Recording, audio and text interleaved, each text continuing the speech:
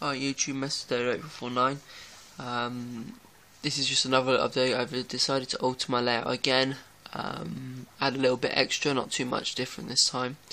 The reason for this is that I've been doing quite a bit of research on trains going round sort of second and first radius curves, and I found out that first radius curves are almost a no-no on almost every train. Most sort of diesels will get round, the double bogie diesels will get round, but generally they're not very good. Second radius are okay, but when I got onto steam engines, I found out that because the wheel spacing is generally you have sort of 6 driving wheels next to each other, quite often that means that as it goes around a first especially, and sometimes around a second radius, the wheels are designed to slide left and right, and sometimes they can slide and lose the connection with the electrical connection. The train obviously stops moving, and this was the problem that I was having with my track. So yeah, it's what I'm going to do probably is buy quite a few diesel locos as well. Now the diesel locos will be able to go around this blue track, as you can see sort of in there. But the steam engines, some of them will. If I go out and buy a brand new steam engine, then the manufacturers have recognised this problem and tried their best to solve it. So in theory it should be okay for a brand new one to go around. But if I buy any second hand or older trains, they may struggle. So what I'm going to do is this, on my old design there, just here, there used to be a siding coming out and stopping about my finger is. But what I've done is I'm going to place 2 radius curves on there. They go around, and I've checked the height. About this point here there should be enough clearance to get the train over. If not, I will switch it around so the 4th radius will come off this side of the point here, and the turntable will move up to the back there. But I'm sure I'll make it fit. Anyway, yeah, so that's how it's going to look. So instead of a siding there, it's going to be the track. Now if I move on to the second half of the layout, you can now see that the point that track stopped here, you can now see it comes down in and attaches back on here, back onto that point there. Now this here is going to have a big station in there, just where those fingers are, and it's going to be a train shed just here, and somewhere to leave a longer train there. So that's what this area is going to be. So obviously, as you can see, there will be one siding coming out, going off around there, and that will create a very large loop for the whole track going round. I've had a look, and the tightest bend in it will be this one here, that little bit there, which isn't too bad.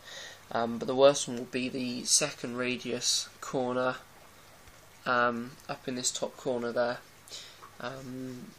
I can't do much about that unless I go and remove it from the track and change it to a 3rd radius curve. The reason I didn't use 3rd radius in the first place was because as the track went around the bend, the 3rd radius came so close to the wall that I'd be unable to get any trains through that gap. So I decided against 3rd radius. Might be changing that to changing the 2nd radius. If I'm having problems with that bend, it will be changed, which does mean I've got to remove ballasting and gently prise up the track, but that shouldn't be too hard. If I'm careful, I'll be able to save most of that ballasting and sort of reuse it somewhere else or in the same place. So anyway, yeah, short little bit of an update. If people have had this problem before, that trains won't go round bends, won't go round the corners on a second or on a second radius, if you can possibly leave a comment below telling me how you fixed it, or if you just stop using the train or increase the radius of the corners or anything like that, be helpful. So yeah, this is just as before, it's a little update. I haven't done much more work upstairs from my last update video.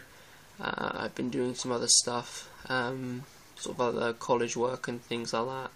So that's sort of fallen behind slightly, but I will hopefully be doing a little bit more work on as I might possibly change this area here. I'm going to stop working on the actual track and do a bit more scenery on the back corner up there, a bit more scenery around there, and I will also start putting a field and hill back into this area here before that point. So those will be probably the next updates, and we'll just have to see how it goes from there. So thanks for watching. Please subscribe to my channel. If you have anything to say, please leave it below as a comment. Thanks for watching. Okay, YouTube, just before the video ends, I decided to add this little bit just to visually show you what I meant. Yeah, basically, I'll just clear this out of the way. The original turntable was going to sit about here, about there, leaving a lot of room around here for track to lie. But instead of that, what I'm planning on doing now is this. Get all this out of the way. Is placing it about there. Okay. And instead of the track coming off this way, it will come off this way and go back there. And this here will come around and join onto it at 90 degrees, just about there somewhere. So about in line with that there. That is how it's going to attach. It's going to have 1, 2, 3, possibly 4 standard straights and 1 or 2 half straights. They'll sit there, and then the big 4th radius or possibly 3rd radius curve will come here, all the way off, around. This gap here will be bridged with something that will lift up and down to allow you access. It will then come round here and join back onto a track which will go here. But at the moment, all I can do with that is set it up so that the first quarter of the complete circle will come to here, about there somewhere, and I'll be building a track in here. Now I'm hoping that the distance between here and the bottom of the board will be 3 inches. If it's not quite enough, then I may move it around a bit and possibly use the radius coming off the first bit of that point on the right hand side and have the turntable moved over here, creating room for a few pieces of track up here. But it completely depends on the distance of gap between here and here. I haven't checked it all out at the moment, but anyway, yeah. One other thing which I've been doing is I've been having quite a bit of trouble with making my trains go down the around the track. Now, if anyone's watched my videos before, I changed my design from a 1st radius to a 2nd radius track to hopefully try and help me sort out this little issue that steam engines generally don't like 1st radius curves. So once I changed all to 2nd radius and tried to use my train, I got quite annoyed that well, not really annoyed, I was a little bit upset that the train didn't work first time. So after I've been doing a little bit of working around, I've completely serviced this loco, gently turned it upside down, separated it from its bodywork. It's all been oiled. I've also checked all the connections, all the electrical connections and anything like that. Checked the DCC, made sure that's all working still and everything, and it's perfectly fine now. I will be doing a video at some point of this. But more importantly is what I did is, on this design, you can't quite see it, there's one. Just in there, let me focus the camera in. There's the metal pickup plate right at the end of my finger. Now, is what I did was very carefully bent them outwards.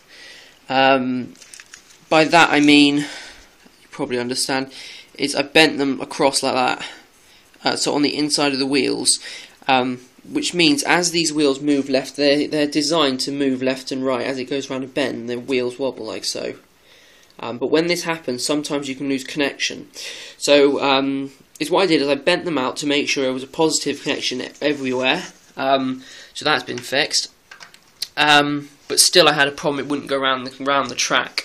Now, is what I eventually discovered was that there was a few little bits of glue. If people remember, I said there was a dead piece of track, which was this one or the one up, I've forgotten.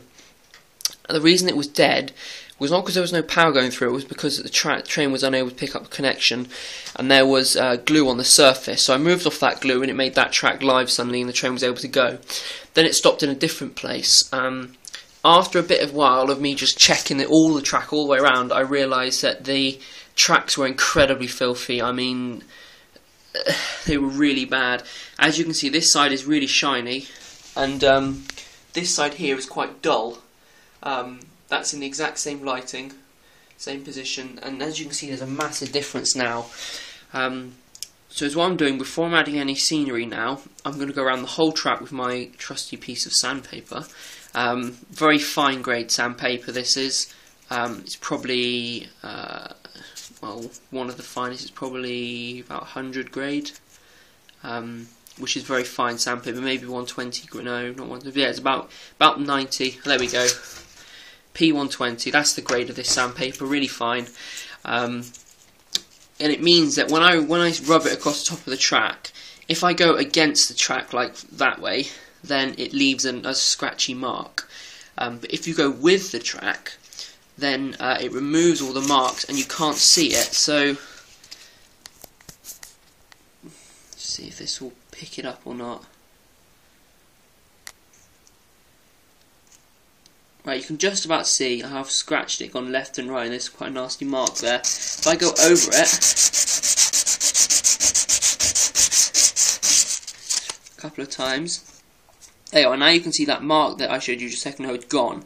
And the track is now going with the, the sandpaper goes with the track.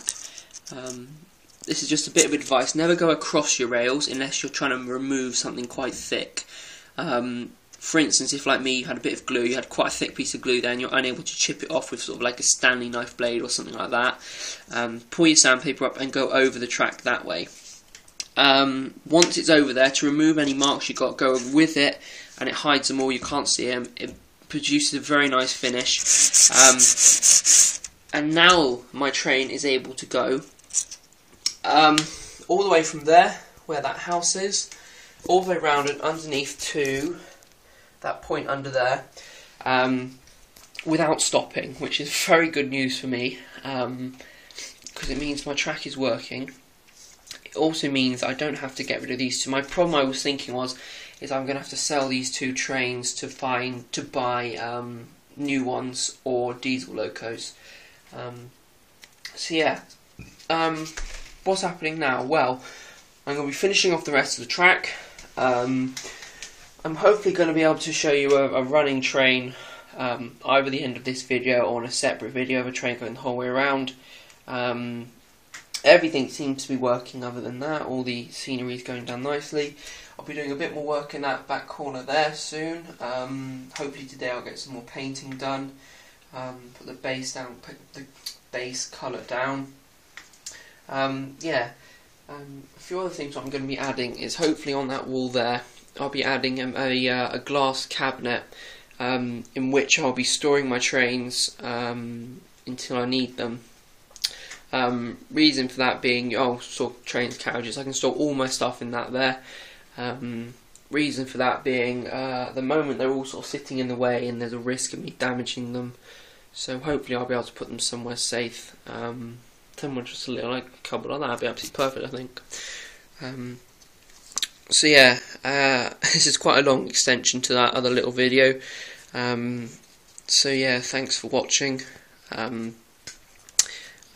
Yeah, thanks for watching. If you have any comments, please leave them below, and please subscribe to my channel.